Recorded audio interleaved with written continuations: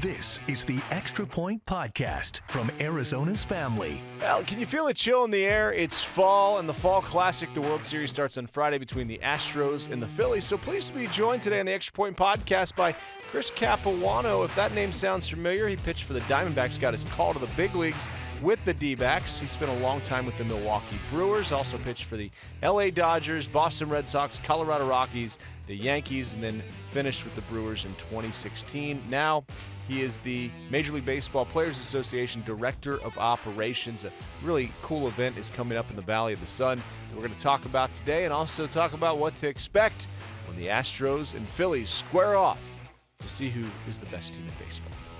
The Diamondbacks drafted me out of Duke back in 1999, so started off with them in 2000 and worked my way through the minors, a couple of injuries, and then I got that call in 2003. I'll never forget it. I was in Edmonton, Canada, on a very cold, chilly weekend, snow on the ground, no baseball, and about 8 hours later, I was at Bank One ballpark at the time, pitching against the Braves. So that first call up is a great memory for any player. Who were some of the guys left over from 01 when you walked in the clubhouse the first day? That was there a jaw-dropping moment for you? Yeah, I mean that Diamondbacks team was just packed with veterans. We had Curt Schilling, Randy Johnson, Matt Williams, Mark Grace, Steve Finley, Luis Gonzalez. Jay Bell. They still had most of that 2001 team intact. So that was a little bit of an intimidating clubhouse for a rookie to walk into. So what was it like making your first start and taking the mound with those guys? Did Gracie come over and fire you up or anything like that? Yeah, he did. He was definitely a throwback. I remember I had a little pickoff mishap with him where there was like a bunt play on and he broke. And I tried to talk to him after the game and said, hey, I usually tell my first baseman, that I have a deceptive move. And he just kind of stared at me blankly, and then the next day let me have it out at stretch. So there was a lot of great moments. I would imagine quite a few of the guys that you played with over the years will be at your event. Tell us what you have coming up for folks to know about here in Arizona. Yeah, so the Players Trust is the charitable nonprofit arm of the Major League Baseball Players Association, which is the union that represents all major and now minor league players as well. The Players Trust, about 25 years in existence, really exists to support individual and collective player philanthropy. So, giving out tens of millions of dollars over the years and really, players have given a lot of their own money and time and passion to this. And we've had a lot of great sponsors who've kind of seen the great work we're doing and are excited to lean in together with some of the initiatives. So this event, it's called the Playmakers Classic, is on Monday, November 28th, so the Monday after Thanksgiving. It'll be an evening event out at the Westin Kierland Resort and Spa in Scottsdale. And it should be great. We should have 50 or 60 current and former ball players in attendance, some local athletes from different pro sports, gathering together with local philanthropists and business partners and individuals as well. So it'll just be kind of a fun-filled night. We'll have live entertainment. We have country artist Brett Young performing an acoustic set. We'll have another artist. We'll have Wheezy, the Suns' in-home arena host, DJ Super C, who's a local DJ here in the Valley. We'll have a golf shot competition. There's a little lake out in the back of the Westin where you'll get a prize if you hit closest to the boat. Wine tasting, casino games, you name it. So it should be a really fun event, probably about 250 total people, but really looking forward to get our players involved with the other philanthropists and sponsors. And if somebody wants to be a part of it, is there still spots? There are, yeah. There's a limited number of sponsorships and individual tickets available, but you can go to playerstrust.org to learn more about the event, learn more about the trust itself. There's actually a silent auction, which you don't need to be at the event to be a part of. So there'll be a Vegas package. There'll be a package to the 2023 All-Star Game in Seattle. I think we have a pretty cool little meet and greet package with Hall of Famer Dave Winfield as well. So, many more interesting things that not just baseball lovers, but I think a little something that appeals to everybody can get involved in. And there is so much philanthropy that there's so much good that guys do in the game. So what's it mean to kind of bring it all together? What's the power in that? Well, I mean, look, Jackie Robinson, used to say a life is only important in the impact it has on other lives. You had the great Nelson Mandela quote about the power of sport to sort of bridge differences and kind of help people rise above all those things and try to do things for the common good. And as an athlete, I know firsthand, you really you're blessed to be able to do that for a living, and you really just want to try to use that platform and have a positive impact in some way. So that's why the trust was so special to me, because it really supported, what I wanted to do individually, and then really, leverage the collective player voice to do some great things, and particularly in the Valley.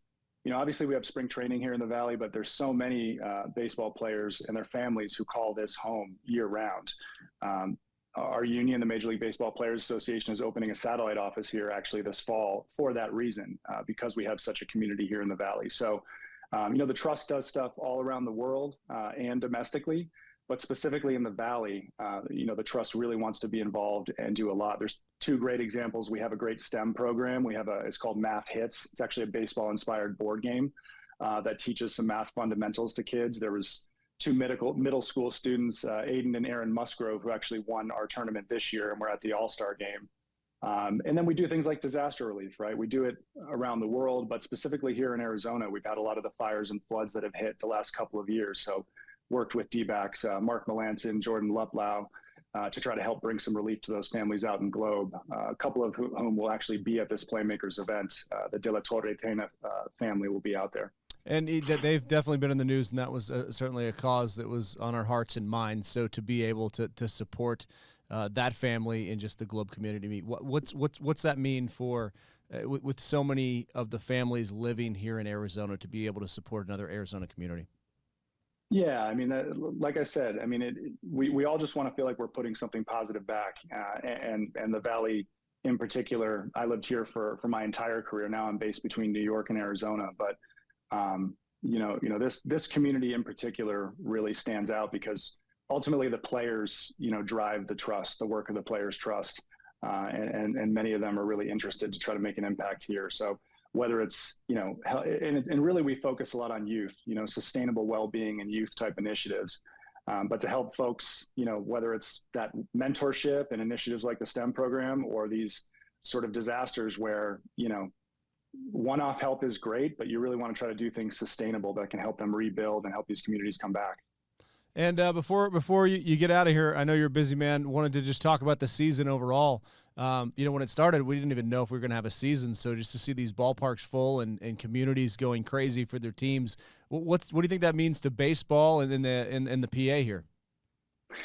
I mean, I think it's great. Obviously, we had a little bit of a late start to the season. Not necessarily the player's choice, but to see the way the season's unfolded and the guys have responded and navigating, the pandemic that still sort of, we're feeling the effects of.